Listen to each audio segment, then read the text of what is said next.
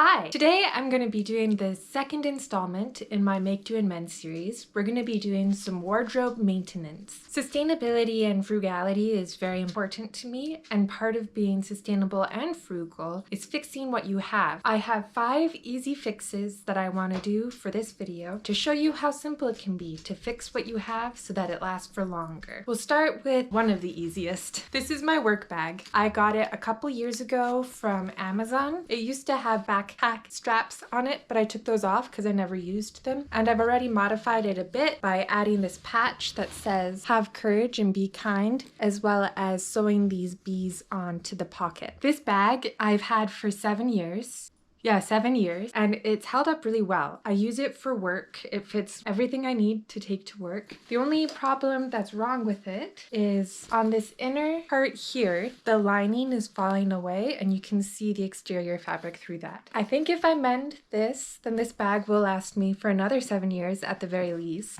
And then I also kind of want to add one of my labels in here. That's the first fix. The second fix, I made this bag last summer. It's the Baguette bag. It's a free pattern by Coraline Street, and I really like this bag. I think it's a nice size. I made it out of some old scrub tops that I quilted together. The quilting really helps hold its structure. The problem with this bag is the lining I used is very slippery and kind of staticky. So when I put stuff in here and try to grab it out, I grab the lining with it, or I have to dig around the lining in order to find what I'm looking for. My plan with this bag was initially to make a new lining that didn't have this kind of fabric in it, but I think what I'm actually going to do is I'm going to turn the bag inside out and stitch the lining down along this side seam here and on this side too, and hopefully that'll fix this so that I'll use it more. The next thing I need to fix is my puffer coat. I'm not going to hold it up too much because it's very loud. I'll put it on my mannequin and put some B-roll here. I've had this coat for 10 years. I moved from Vancouver Island to Alberta 7 years ago. When I lived on Vancouver Island, this was my winter coat. This was all I needed to survive the winters in British Columbia. However, now I live in Alberta and I need this coat and then another coat, heavier coat over top. This is a supplemental coat for when it's really cold, like -30. I also wear it a lot in the fall and the spring. It's just this really thin lining on the pocket. Because this is a packable coat, it packs into a little pouch in the chest pocket. It's not super durable in the pockets. The rest of the coat has held up very well, but the pockets not so much. Last summer, I patched the hole that my keys had made in this pocket. I patched it just with some cotton and I did a whip stitch to hold it in place. However, I learned on Reddit that this type of material is not meant to be patched with needle and thread because any hole that you make in this material is there for the rest of its life due to the nature of the fabric, and you also lose waterproofness. So even though I've already mended this, if you look on the inside of the pocket, you can see the holes are still here, they're still visible.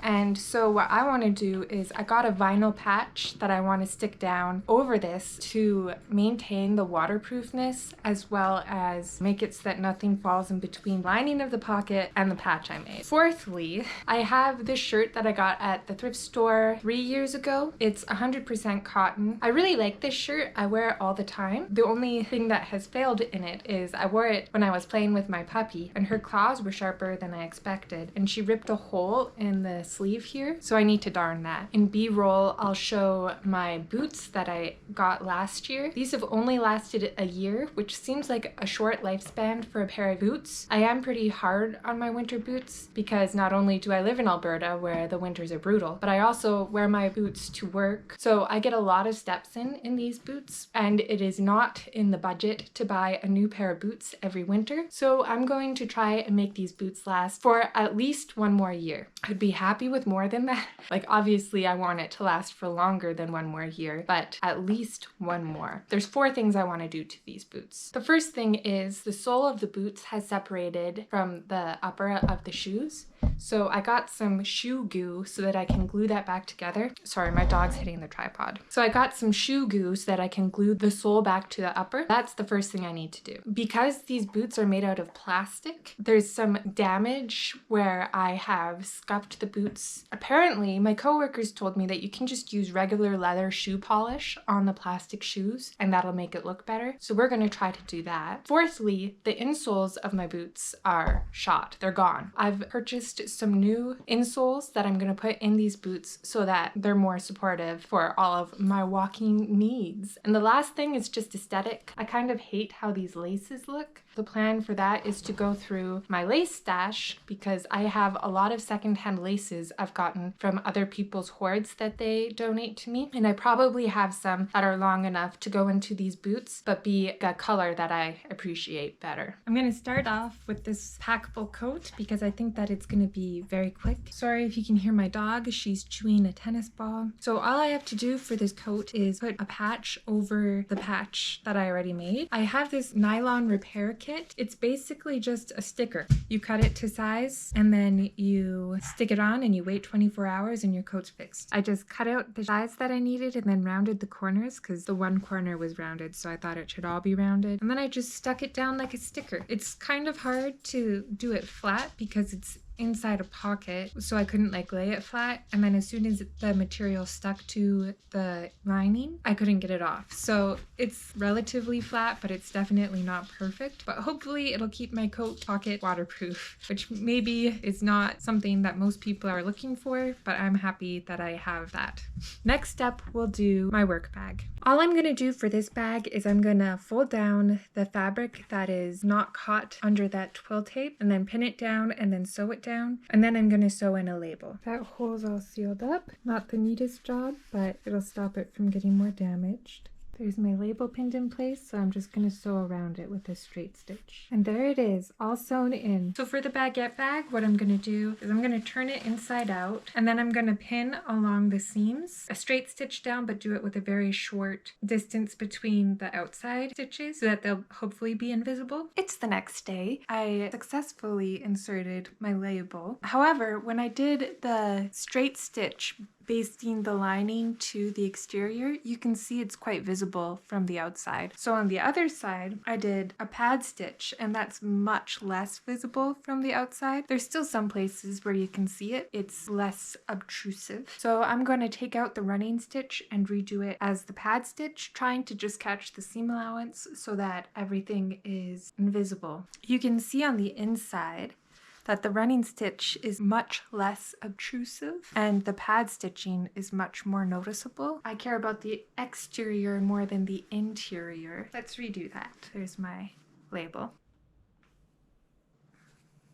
And that completes this bag. I'm very pleased with how this has turned out. I think I'm definitely going to use this more often. It is holding the lining in to make it easier to pull things in and out. And I know because I stored my sewing supplies in here and it was really easy to find it all. I'm going to put this away, which is one of the best parts about this is I had taken everything out that I needed to fix and put it in my sewing space, and every time I finish one, I put it away and then there's more space in my sewing space. It's great. So I'm going to put this away. I'm going to tidy up here and clear some space because next I'm going to work on the boots. I have a towel to protect my surface, the boots, and to start the shoe goo. I was struggling to figure out an order of operation because I want to do things in the proper order so that the next thing that I do doesn't mess with the previous step. So I think the first thing I should do is the shoe goo because I feel like that might require some manhandling of the boots and I don't want it to mess up the polish. And I know I want to do the laces last, and the insoles I think can be second last. So we're going to start with the shoe goo. I'll show you what I was trying to explain with words before, but you can see these two pieces want to separate. And it's not like a huge hole that it makes, but it's definitely there. I'm not quite sure how I'm going to do this. I think I just need to like wedge something in there so that I can stick the shoe goo in, and then just stick some shoe goo in there and let it sit for a while before I do the next step. I need a disposable tool. I'm going to cut this cardboard into a tool I can use. If I press down on the sole, then it makes enough space that I can get some glue in there. I have some on my card and stick it in as far as I can get. I've stuffed the shoe with crystals, kind of weigh it down, and I've tied it up with string. Hopefully that does what I want it to do. I just came back from the dog park and then my husband made some lunch. And in that time, I've done some thinking. And I don't think I want to polish these for 72 hours because that's how long it takes for the shoe goo to cure sure, and I really want this to work. So now what I'm gonna do is I'm going to cut my insoles to the proper size, and then I'm going to go through my laces and choose ones to replace these. I'll pull these laces out so that I have something to measure against. It's just occurred to me that I can polish this shoe to see what it looks like and then just leave this one for 72 hours because that's the only one that has shoe goo. This pouch, and this handful. With all of this, I should be able to find a set that fits. Funnily enough, this first set I tried is the right length. I'm not going to go through all my laces. I'm happy with these. I don't even use the laces on these shoes because there's zippers on the side, so they're mostly just decorative. These are kind of surprisingly soft. They're like gel insoles. So there's lines on the back here that tell you what size to cut it to. My boots are 8.5, so I'm gonna cut halfway between the 9 and the 8 line. Okay, I think I cut it near perfect. The insole's in there. You can see it's very worn out in the back of the boot here. I don't know what I could do about that, but that hasn't bothered me yet, so I'll deal with that later. Now what I'm gonna do is I'm going to wipe these down, get off all the dirt, and then I'm gonna use this instant polish and see if that does wonders on these boots. So I've wiped down the boot and dried it, and now we're gonna try this. I've given it a good shake. Well, I did that as evenly as I could. It didn't really do anything for the damage on the toe, so I don't know why my coworkers thought that this would help with that. Or maybe I misunderstood, maybe I got the wrong product. Perhaps if it was an actual wax, then it would be better. But I'll show you what it looks like while it's still wet, but I still have to let it dry. There's the comparison. This side's wet. It is like a really nice color right now, but I don't know if that'll stay or if that'll go after it dries. I'll see you in like half an hour to an hour when this is dry. I finished the boots off camera and I think that they look great. I'm a little annoyed at the toes being more noticeable after I did the dye. I really like the black laces and they're way more comfortable with those insoles in them. You only need a few things to mend holes. You need thread, you need a needle, you need something to stretch the fabric over, and then scissors. That's it. I started by putting the sleeve over this water bottle that I have, and then I marked where I wanted to mend by stitching a rectangle of running stitches around the hole. Basically, darning is weaving. So next I set up my loom, which was adding threads going in one direction up and down. And I did these as tightly together as I could so that this would be a pretty dense patch and cover the hole. And then I did it the other way, weaving over and under those threads from the first direction, and then the next row would be opposite. So if I went under on the first row, I'd go over on the next row. And I worked that to cover the entire patch, and then I was done. I don't have a heck ton of patience for darning. It's not super, like, the tension isn't great, and that's something that frustrates me about weaving. I've tried weaving a few times, but my edges always go in. I can't get the tension right. This is all mended. That is all the projects I wanted to do in this video. I hope that you found this inspiring, and also that you now know how easy it is to fix things. You just need a bit of time. Most of these fixes took 5-10 minutes. Some of them took an hour, which still isn't that much time, and you're saving your clothing items from landfill. So it's the sustainable option. Another sustainable option, it's currently Remembrance Day and I work this evening, so I'm in the process of making myself a reusable poppy, and I can still put money in the Veterans Fund, but I'm saving some plastic from the world. I crocheted a simple flower and then I embroidered the green on the center. I'll take the needle off. And then some black around that. And now I'm going to add a felt patch to the back and sew a safety pin on. And now I can use it every year and it won't stab me either. So that's doubly nice. That's the end of this video. I'll see you in the next one.